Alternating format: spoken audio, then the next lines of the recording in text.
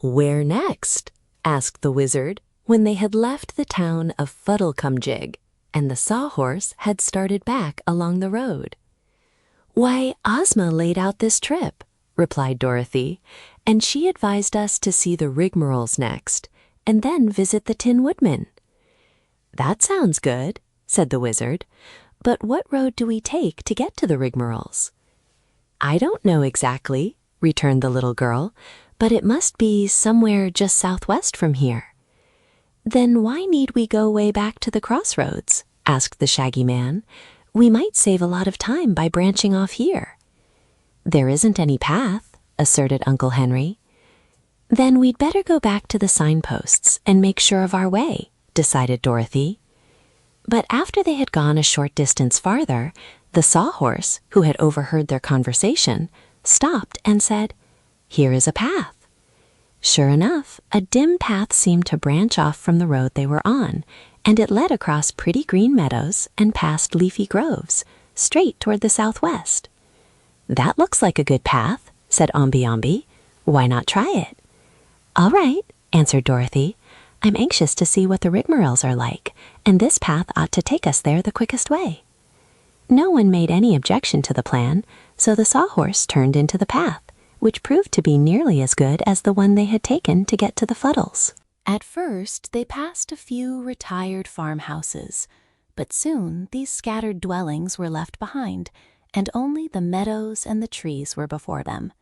But they rode along in cheerful contentment, and Aunt Em got into an argument with Billina about the proper way to raise chickens. "I do not care to contradict you," said the yellow hen with dignity, "but I have an idea I know more about chickens than human beings do." "Pshaw," replied Aunt Em. "I've raised chickens for nearly 40 years, Billina, and I know you've got to starve them to make them lay lots of eggs, and stuff them if you want good broilers." "Broilers!" exclaimed Billina in horror. "Broil my chickens?" "Why, that's what they're for, ain't it?" asked Aunt Em, astonished. "No, Aunt, not in Oz," said Dorothy. "People do not eat chickens here.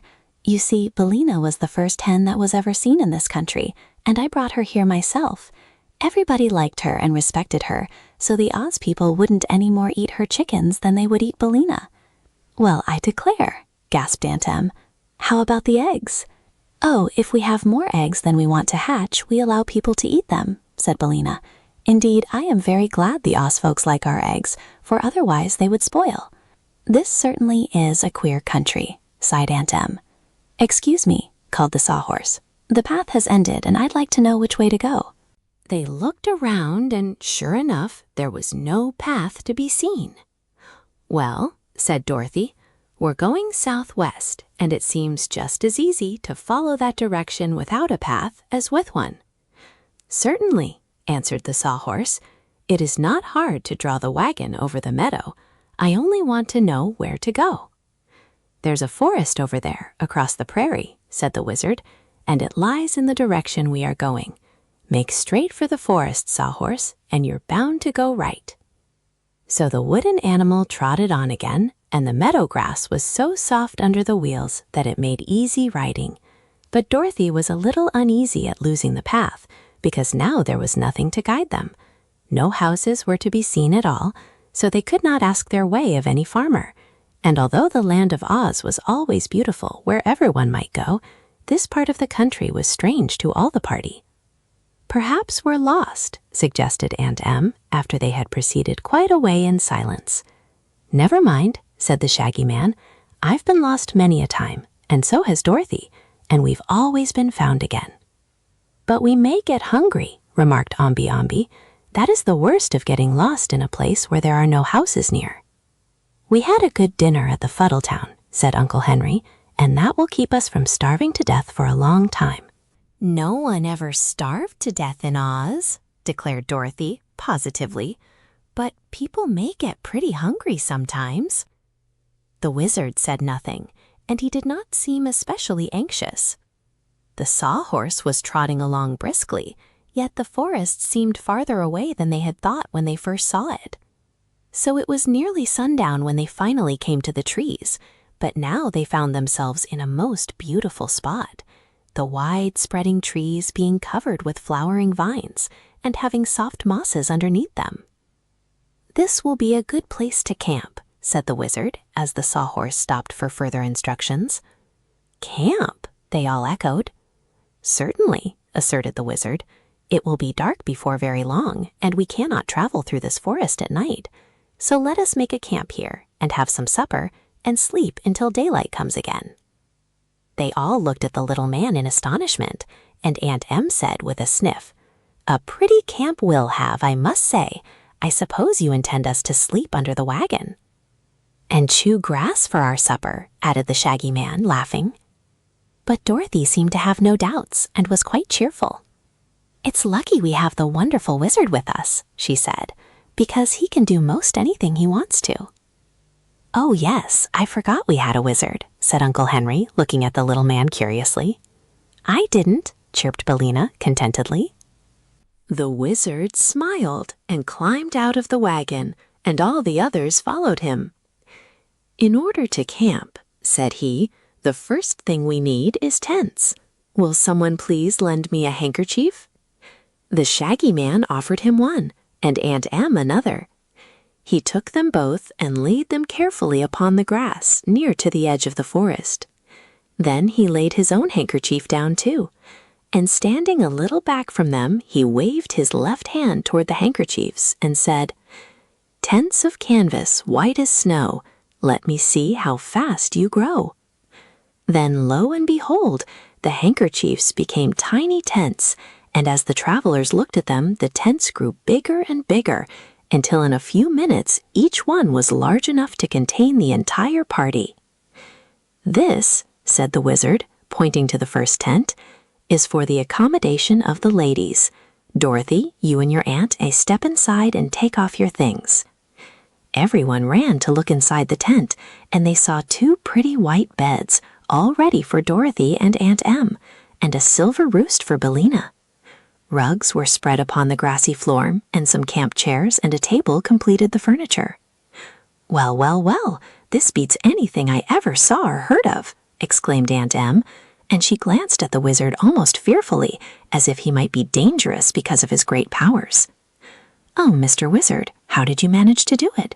asked Dorothy.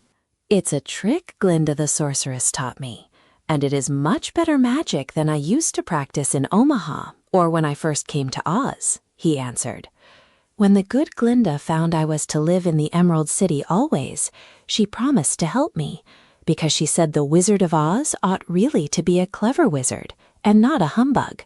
So we have been much together, and I am learning so fast that I expect to be able to accomplish some really wonderful things in time." "You've done it now," declared Dorothy. "These tents are just wonderful." "But come and see the men's tent," said the wizard. So they went to the second tent, which had shaggy edges because it had been made from the Shaggy Man's handkerchief, and found that completely furnished also. It contained 4 neat beds for Uncle Henry, Omby Amby, the Shaggy Man, and the wizard. Also there was a soft rug for Toto to lie upon. "The third tent," explained the wizard, "is our dining room and kitchen." They visited that next and found a table and dishes in the dining tent, with plenty of those things necessary to use in cooking. The wizard carried out a big kettle and set it swinging on a crossbar before the tent. While he was doing this, Omby Amby and the Shaggy Man brought a supply of twigs from the forest, and then they built a fire underneath the kettle. "Now, Dorothy," said the wizard, smiling, "I expect you to cook our supper." "But there is nothing in the kettle," she cried. "Are you sure?" inquired the wizard. "I didn't see anything put in, and I'm almost sure it was empty when you brought it out," she replied.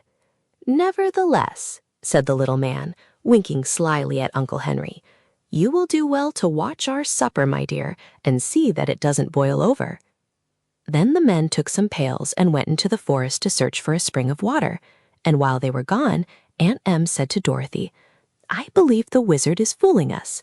I saw the kettle myself, and when he hung it over the fire, there wasn't a thing in it but air." "Don't worry," remarked Billina confidently, as she nestled in the grass before the fire. "You'll find something in the kettle when it's taken off, and it won't be poor innocent chickens either." "Your hen has very bad manners, Dorothy," said Aunt Em, looking somewhat disdainfully at Bellina. "It seems too bad she ever learned how to talk." There might have been another unpleasant quarrel between Aunt Em and Bellina had not the men returned just then with their pails filled with clear, sparkling water. The wizard told Dorothy that she was a good cook, and he believed their supper was ready. So Uncle Henry lifted the kettle from the fire and poured its contents into a big platter which the wizard held for him. The platter was fairly heaped with a fine stew, smoking hot, with many kinds of vegetables and dumplings and a rich, delicious gravy. The wizard triumphantly placed the platter upon the table in the dining tent, and then they all sat down in camp chairs to the feast. There were several other dishes on the table, all carefully covered, and when the time came to remove these covers, they found bread and butter, cakes, cheese, pickles, and fruits, including some of the luscious strawberries of Oz. No one ventured to ask a question as to how these things came there. They contented themselves by eating heartily the good things provided, and Toto and Bellina had their full share, you may be sure.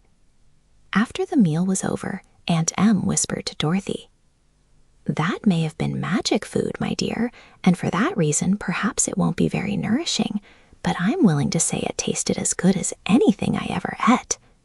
Then she added in a louder tone, "Who's going to do the dishes?" "No one, madam," answered the wizard. "The dishes have done themselves." "La sakes!" ejaculated the good lady, holding up her hands in amazement. For sure enough, when she looked at the dishes they had a moment before left upon the table, she found them all washed and dried and piled up into neat stacks. How Dorothy happened to get lost.